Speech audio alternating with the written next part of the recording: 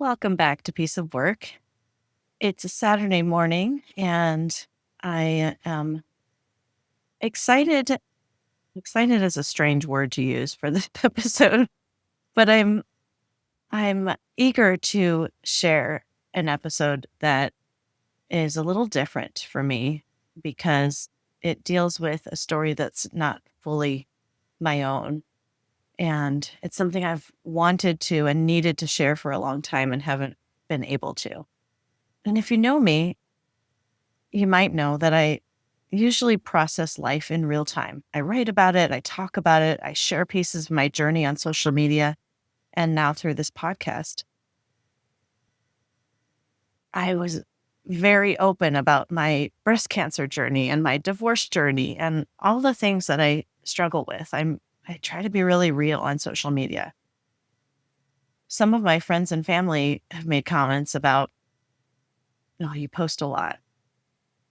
And to some extent, that is just my personality. I'm an extrovert. I process life out loud.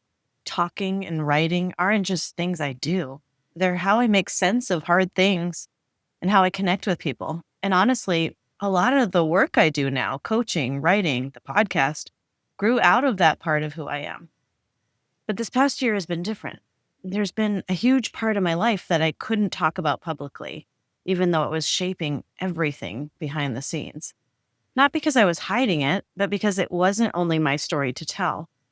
And when you're someone who processes externally, carrying something that privately can feel isolating. So today, I'm going to share what it has been like from my perspective, loving a child through addiction and mental health struggles. I guess I haven't named it yet, what I'm talking about. That's what I'm talking about. And that's the part that's been complicated because it's not that I'm trying to expose someone else's story. I'm really not even trying to tell her story. Maybe eventually she'll tell her own story, maybe even on this podcast. But right now, I want to say this gently and clearly. This is my experience as a parent. My daughter knows I'm recording this. She gave me permission to share my side of the story, and I will always protect the parts that belong to her. But parents have a journey too. And for a long time, I've been carrying this privately while continuing to show up publicly in other areas of my life. Actually, it's interesting because people still have the perception that I've been posting on social media regularly, but there was a period between November and Christmas time that I really hardly posted anything. And there's a really good reason for that. This episode is where I finally get to process it out loud. And from here, it will probably start showing up more honestly in how I talk about life and resilience on social media too. And I know there are people listening right now who are walking through something similar quietly, trying to hold everything together while their world feels completely different underneath the surface. So if that's you, I want this episode to feel like a conversation, a resource, and maybe even a little bit of permission to breathe. I want you to feel like you're not alone. And I want to be a beacon, I guess, for people who might be going through something similar. So let me start at the beginning, or at least the beginning from my side of things. If you read my memoir, you know I use pseudonyms for my girls to protect their privacy. So I'm going to do that here too. So today I'll call my daughter Alex. And I'll be sharing this again from my perspective as her mom. So there was a point, as there always is, where I started to feel like something wasn't quite right. And I think a lot of parents know that feeling, the subtle shift before you have words for it.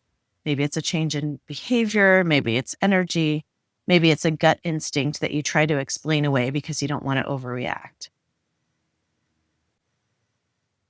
I'm going to keep some of the details broad because parts of Alex's story belong to her. But from my perspective, what began to unfold was bigger than I realized at first. There was alcohol, there were mental health struggles, and there were experiences she went through that deeply impacted her sense of safety and identity. And then there were harder drugs, and then there were ER visits, and then there was inpatient and IOP and residential treatment. All of these things I was going through, I wasn't going through them. We were going through them as a family. She was going through them, and nobody really knew outside of close family and friends. But what's especially interesting to me is that as a parent, as a nurse, as someone who thought I knew what to look for, I still didn't see all of it right away. And that's one of the hardest truths to say out loud. As a nurse, I have clinical knowledge. I understand systems. I understand mental health language. I know the signs of addiction, but none of that prepares you emotionally for watching your own child struggle. And somehow it's easy to miss, even though you think it would be impossible to miss when you're used to seeing strangers and determining whether they're on drugs or whether they're feeling depressed.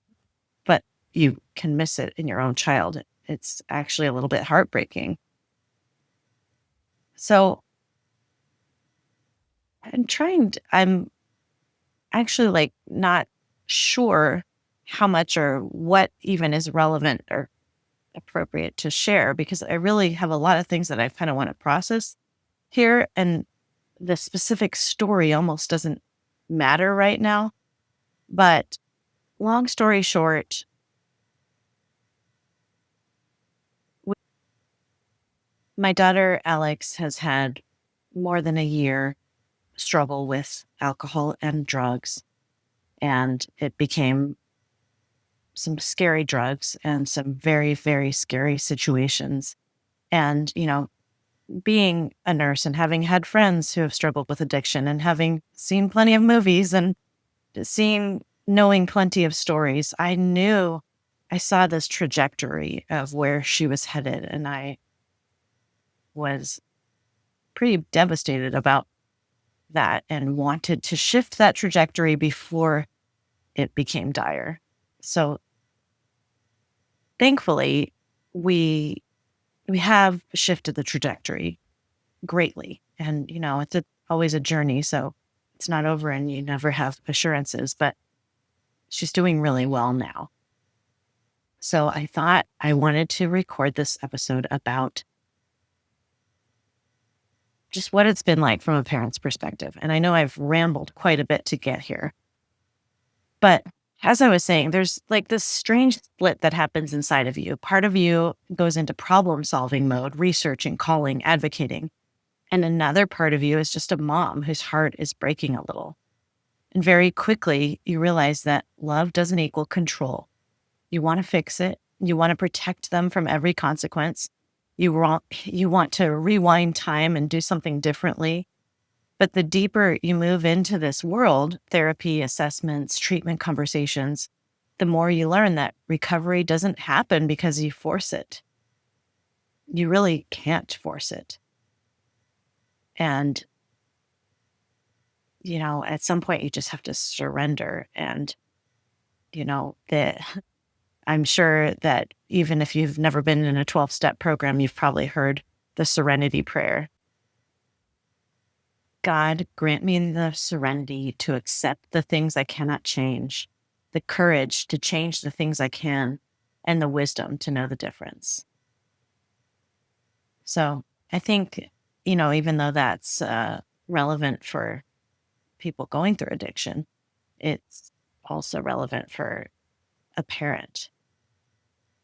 Oh, so no one prepares you for how complex the mental health system can feel from the parent side. Not only how complex, but how bad it is, honestly. We have such poor options, especially in Arizona where I live.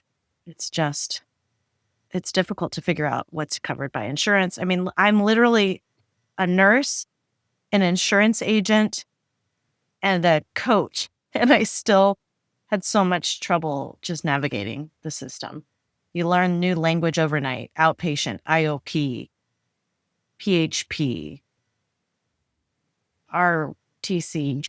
Like it's just like levels of care, dual diagnosis, treatment plans. And you're trying to make these huge decisions while you're not only emotionally exhausted, but you're being like flooded by different people calling, and you don't know who's trying to sell you their program versus who's kind of an advocate, intake forms and phone calls that don't get returned, and moments where you question whether you're doing too much or not enough. And underneath all of that is this constant internal question.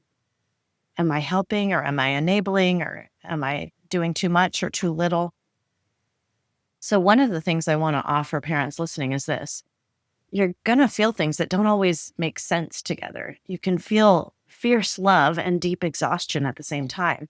You can feel hope and grief in the same breath. You can feel compassion and frustration simultaneously. And a lot of that is normal, even though no one talks about it openly. There's a concept in Al Anon that says you didn't cause it, you can't control it, and you can't cure it. And when I first heard that, part of me resisted that because as a parent, you're wired to protect. And you feel very responsible for everything that happens to your child. And also, you know that to some extent, things that happened in your family and things that you did maybe didn't cause it, but they might have contributed to trauma or to. So it's like almost like true and untrue. But over time, I started to understand that detaching with love doesn't mean abandoning your child. So let it go. Like the song in Frozen, let it go. But seriously, just realizing that you didn't cause it. You can't control it. You can't cure it. Those are really important truths. So you have to learn to love without trying to manage every outcome. All you can do is, love them through it and try to take the next right step. I'm like, with all the Frozen references today. If you have younger kids, you might recognize that one too from Frozen 2. And do the next right thing. But I hum that because I sing that now because literally I've sang that to myself, all of these things. Like you just have to release the control of what you can't control.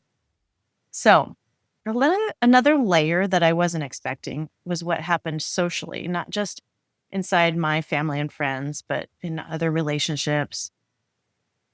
Even with the people, the small group of people that did know what was happening, they would ask how Alex was doing. We'd connect by text or by phone, and they'd be like, how's Alex doing? And I'd be like, inside, I'd be like, she's actually doing really well, but what about me?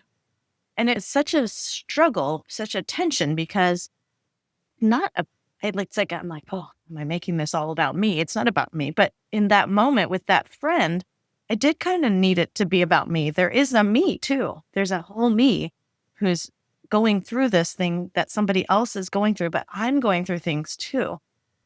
And it makes sense that, of course, they're asking how she's doing, but almost no one asked how I was doing. And I think part of that is because of who I am publicly. I'm the resilience person. I'm the nurse. I'm the coach. I'm the one who's always positive and always helps other people navigate hard things. So there's this quiet assumption that I must be okay. And I am okay. But I want to say this gently, but honestly. Resilience doesn't mean you don't need support. It doesn't mean you don't need a friend to talk to. It doesn't mean that you're not sad. It doesn't mean that you're not struggling. It doesn't mean that you have days where you don't want to get out of bed. Resilience is not armor. It's a practice. So there were moments where I felt like I was holding everyone else emotionally while also carrying something really heavy myself. And, I was showing up at work showing up with my patients, showing up with my clients. And, with some people I did share a little bit, but mostly I had to keep it inside, and I just held it in while I poured myself into other people. And I want to talk about one more thing that might resonate with a lot of you, especially if you're wired like I am an extrovert. I process externally. I like to call myself an introverted extrovert or an extroverted introvert because I am not completely extroverted. I wouldn't be able to write an entire book if I was 100% extrovert. I do actually process a lot internally through writing and stuff like that. But really, mostly, I process externally by talking things through with people. That's how I regulate my nervous system. So the writing and the podcasting and the sharing, it's part of who I am. And it's important for my processing. And I don't know, I know I'm not the only one like that. And I think that's really hard for people who are more introverted to understand that it's not being extroverted isn't just about being bubbly or being outgoing. It's about how you process through hard things. And so this season was really hard because the story wasn't fully mine to tell. I couldn't share it on social media and process it out loud and then get comments and kind of talk it through with people. I could on a very small scale with individual friends, but like I said, even then, it's hard because they don't always understand what you're going through. I've now found I'm part of a parent group with the program that we're in right now. It's called Full Circle. And it's amazing. And it's really nice because it's other people who understand, but I didn't find that right away. I wish I had. Because when you're somebody who processes by sharing and suddenly you can't, it changes your emotional landscape. Social media is a part of my life intentionally. I share because I'm a writer and a coach and a memoirist. But those posts are never a full report of what's happening inside me. And public sharing is not the same as real connection. I had a friend say to me the other day that I know you're fine, or I know what's going on with you. You post everything on social media. And I was taken aback and honestly kind of upset by that because I think that's the perception, especially since I'm not just sharing. I don't only share positive, happy stuff. Yes, I'm always smiling and I always smile even through the pain, but I do share some vulnerable stuff. So they figure, yeah, I don't need to call you because I already know what's going on in your life. But that's not the same. Public sharing is not the same as real connection. But at the same time, losing my ability to talk openly in my usual ways felt like losing one of my main coping tools. So it's been tough to kind of, people would be like, "Oh, I see your post and you're smiling and you're happy and you're at the," and I'm like, "Yeah, you see me happy and I am happy." But, we went to Maui without my daughter, without one of my 3 daughters. We took family pictures on the beach as she wasn't in them. The photographer, inadvertently said, "Oh yeah, you and your 3 daughters," meaning she was including my niece. And it was like a punch to the gut. Like, I do have 3 daughters and one's not here. So yes, I'm happy. Yes, you see pictures of me smiling, but there was something very, very deep going on underneath. And it's not that, it's not that I was hiding it, but it was complicated and I couldn't share it. And this is something that even people, and I think all parents who are struggling with something like this struggle to figure out who to share it with. So I want to share a little bit about what was going on November 1st, early in the morning, actually Halloween night, late at night, however you want to look at it. 2 a.m., I get a call from Alex's dad saying that she was very, very drunk, drunker than he's ever seen someone be. And as it turns out, it wasn't just alcohol. It was multiple drugs and some scary stuff. So we took her to an inpatient place the next morning. And then we made the decision to send her to a residential treatment center in California that we had previously looked at and already vetted with our insurance because this was a relapse. So this was already an ongoing journey. And at this point, we had already gone through an intensive outpatient program. She had done really well with that. She was clean for a while. And then this was a relapse. And so we really made the very hard decision, but also kind of a no-brainer decision that, you know what, that's it. This is beyond our scope and we need some help and we need somebody to reach you in a way we haven't been able to. And so we sent her to another state to this program and just resigned, surrendered, and hoped that it would change her life and that somebody would reach her in a way we hadn't been able to. And thankfully, miraculously, it did. It took a while. First couple weeks, she was angry, so pissed at us. Like, I don't need this. I'm not an addict. You're way over compensate. You're choosing a punishment that's way bigger than the crime. And, we tried to explain this wasn't a punishment. This is love. She's 17. She's going to be 18 very, very soon and be able to make all of her own decisions. And this was like a kind of a last attempt to save her life, literally. So thankfully, she had a life-changing experience at that place. And it was mostly because of just being taken out of her normal circumstances and element, and also a really great therapist that she was put with, and a pretty good program. It had its pros and cons, but by the time her dad and I flew up to Northern California to get her, and both picked her up from this location, she was actually taken there by an outside company, by a third-party transportation company. That's what they do, because she wasn't exactly happy about going.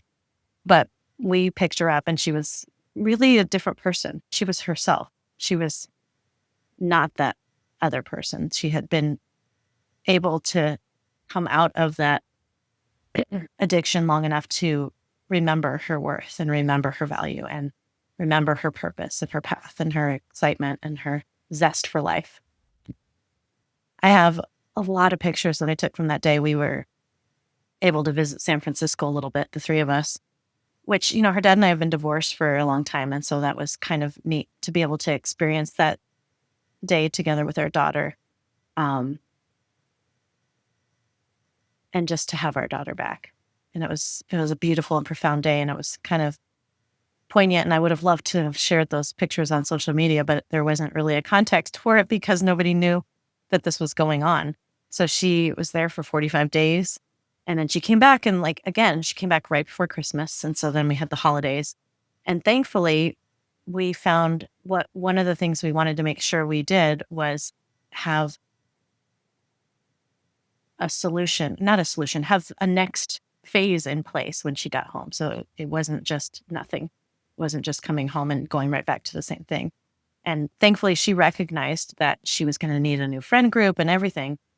And amazingly, we found this program that I don't know how we hadn't found it before in all our research.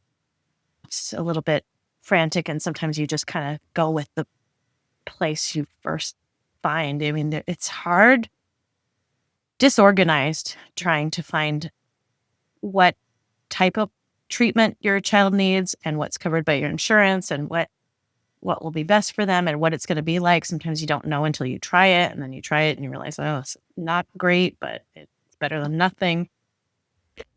So it was a journey. But anyway, we found this amazing program called Full Circle. And gosh, if we had found this program in the first place, maybe it would have shortened our journey, but you can't go back. You can only go forward. But it's been really great. It's basically a 12-step program for teens and young adults. They call it an enthusiastic 12-step program. What's really cool is that in addition to the 12-step style meetings like Alcoholics Anonymous or Narcotics Anonymous, they also have social events on the weekends. And it's it becomes the social group and it becomes the friend group.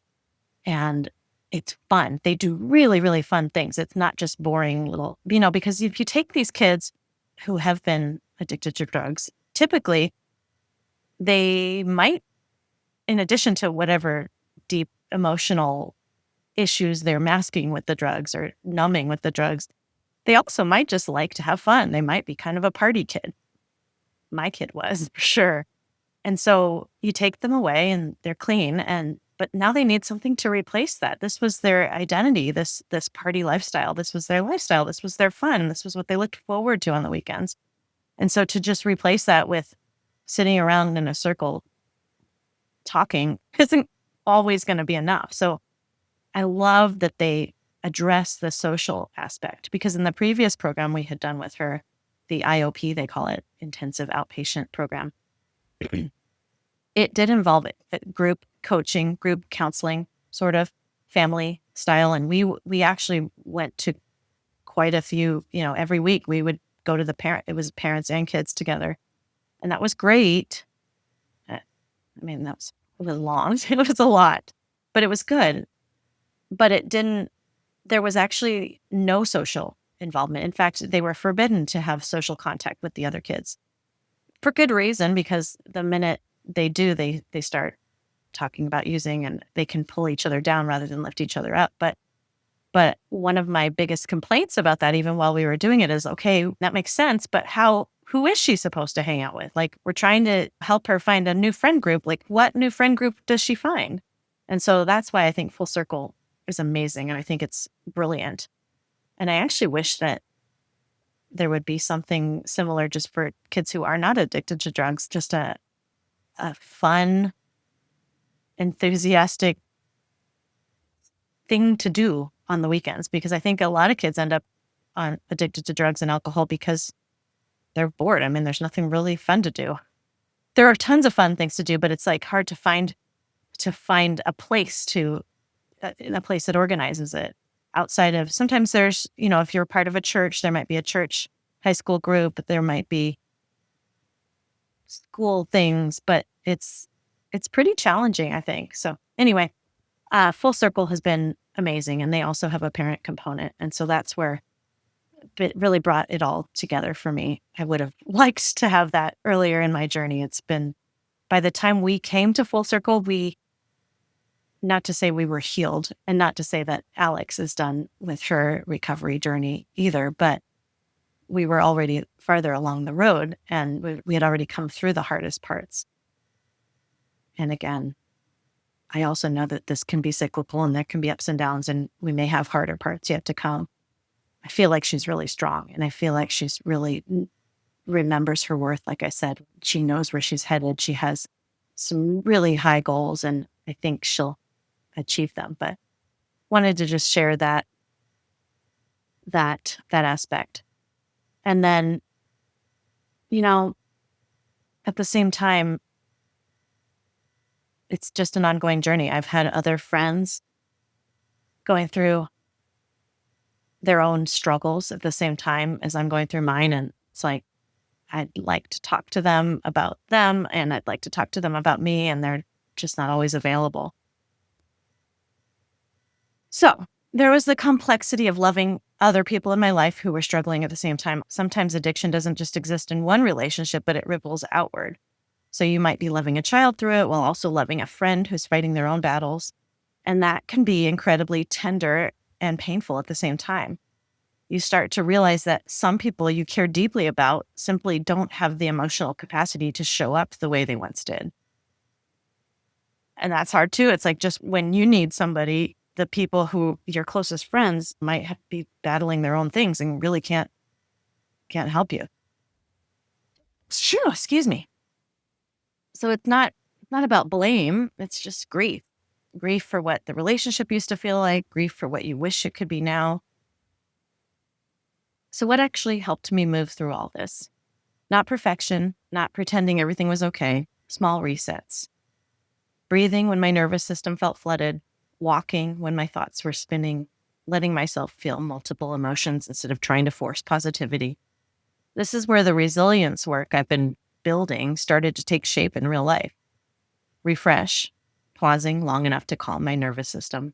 Renew, shifting the story when my mind went straight to the worst case scenarios. Release, letting go of guilt and the illusion that I can control every outcome. Reconnect, coming back to my body, my faith, and the people who felt safe. And rise, taking the next small step forward even when I didn't feel ready. And I want to say something really important here, especially because I talk about resilience. Resilience tools are not a substitute for therapy or medical care. Medication can be life-saving. IOP programs can be necessary. Professional support matters deeply. What resilience offers is support in the moments between appointments, the conversations in the kitchen, the sleepless nights, the quiet car rides when you're trying to steady your own breathing. If you're a parent listening to this and loving a child through addiction, I want you to hear a few things clearly. You're allowed to have your own experience. You're allowed to feel tired. You're allowed to ask for support, even if your child is the one in treatment. And boundaries are not punishment, they're acts of love. Detachment doesn't mean disconnection. And healing for everyone involved is rarely linear. You're going to have ups and downs. So I don't have a perfect ending for this episode. Recovery is still a journey, parenting is still messy, and resilience is something I practice every day, not something I've mastered. But I do know this. Loving someone through addiction requires a kind of courage that most people don't see from the outside. And if you're walking this road quietly, I want you to know that you're not alone. Here's what I wish someone had told me about navigating the system. Number one, don't assume that the first program you talk to is the right one. Some places are incredible, some are more sales-driven, and it's okay to pause, ask questions, and trust your gut if something feels rushed. Number two, learn the levels of care, even if the acronyms feel overwhelming at first. Outpatient, IOP, PHP, residential. Moving between them isn't failure, it's adjustment. 3, when you talk to insurance, ask for specifics, not just is this covered, but how many days, what happens next, and who coordinates care when things change. 4, find support for yourself sooner than you think you need it. A parent group can change everything because you don't have to explain the emotional layers. People just understand. 5, write things down. Names, medications, dates, recommendations. Your brain is holding so much already, so don't expect yourself to remember everything. 6, you don't have to make perfect decisions in crisis. Sometimes the bravest thing you can do is just take the next right step, not solve the whole future. 7, advocate for your child, but don't carry it alone. You can be loving and firm at the same time. And beyond the logistics, this season also taught me some deeper truths as a parent. It taught me that you can love fiercely and still feel exhausted at the same time. It taught me that knowing the signs doesn't mean you'll recognize them right away in your own child. Love creates blind spots.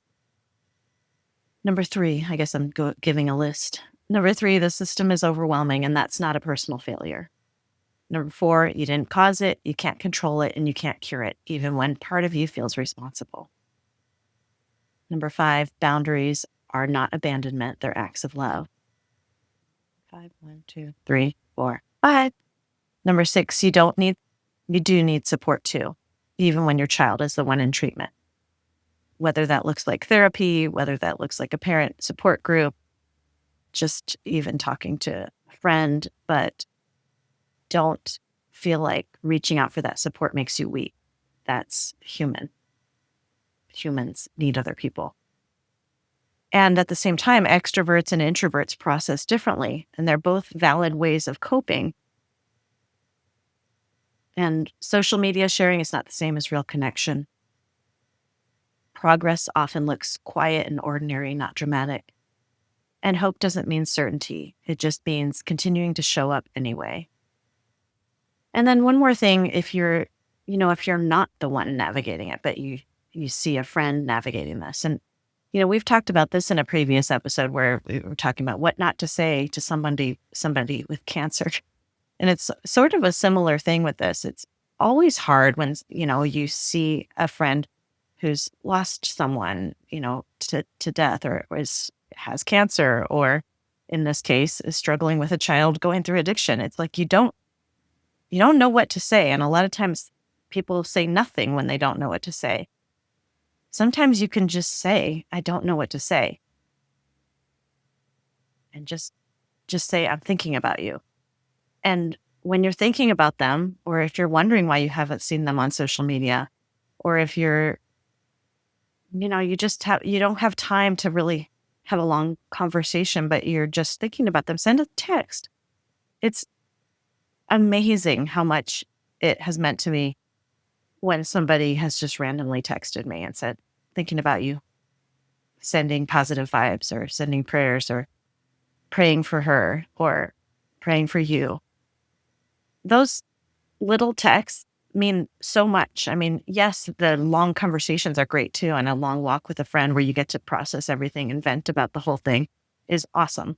But just knowing someone's thinking about you without a big long conversation is super important, especially when you're the one who usually does that. I'm the one who usually reaches out to people. So having somebody reach out to me was very much what I needed more than anything. Hey, so yeah, I just want to say that if you're a parent that's listening to this, or if you're loving someone through addiction or mental health struggles, you're allowed to have your own experience inside the story, and you're allowed to need support, and you're not alone, even when it feels quiet and invisible from the outside.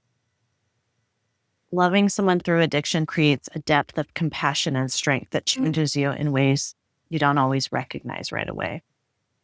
Thank you for sitting with me in this conversation today. And if this episode resonated with you, I hope it feels like a reminder that someone else understands this road too.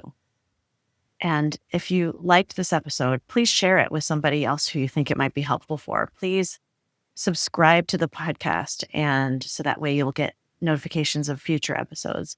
Please write a review. All of this helps get this podcast out to other people, and so that they can benefit from it, I guess. So I do have a website. My name is Danielle Tantone. My website is danielletantone.com. I'm in the process of building it out, building resilience resources and all kinds of things. So if you'd like to get on my list, just go to my website, danielletantone.com. That's DanielleTantone.com. And I look forward to seeing you there. In the show notes, you can see links to all my stuff. This is Danielle, and this has been Piece of Work, the podcast. Thank you for listening. See you next time.